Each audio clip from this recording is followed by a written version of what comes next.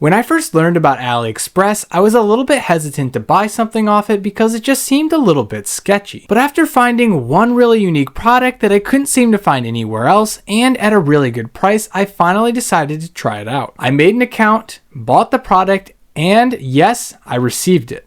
Now, years later, it's my favorite shopping platform and where I buy about 75% of my purchases. Before we begin, I just want to quickly mention that these are all my opinions and I was not paid to say any of this, which means I can really get into the pros and cons of AliExpress. Overall, one of the biggest concerns about AliExpress is whether they are safe and if they can be trusted. And while I found them overall to be very safe, there are some things you should know. First of all, AliExpress works by connecting a buyer and a seller to exchange goods for money while ensuring the safety on both sides. While this is very similar to many online shopping platforms such as Amazon, eBay, and Etsy, it does mean that the seller you choose to buy from is going to impact your overall experience on AliExpress. While I found that there seems to be a decent amount of good sellers on AliExpress, the number one problem with the bad sellers is that you'll receive a product that's not as good as you expected it to be, meaning it's a lower quality. This definitely has to be the biggest issue with using AliExpress, at least in my opinion. However, I do have to remind myself that I am paying a lot less than I would on most other shopping platforms and that I get what I pay for. So even though there are a lot of good value products on there, you have to watch out for those ones that just seem way too good to be true. If you're curious how to find a good seller and product on AliExpress or how to tell if the product's an overall good value,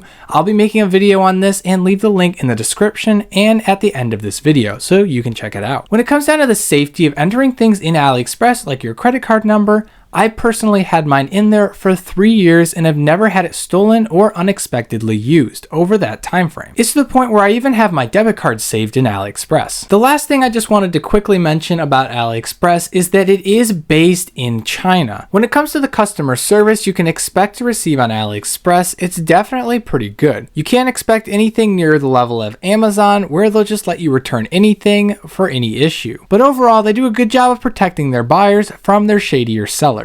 One example of this is when I was stupid enough to try and buy a really cheap iPhone motherboard off of AliExpress. In fact, I actually ended up buying 2 of these because they were such a great deal.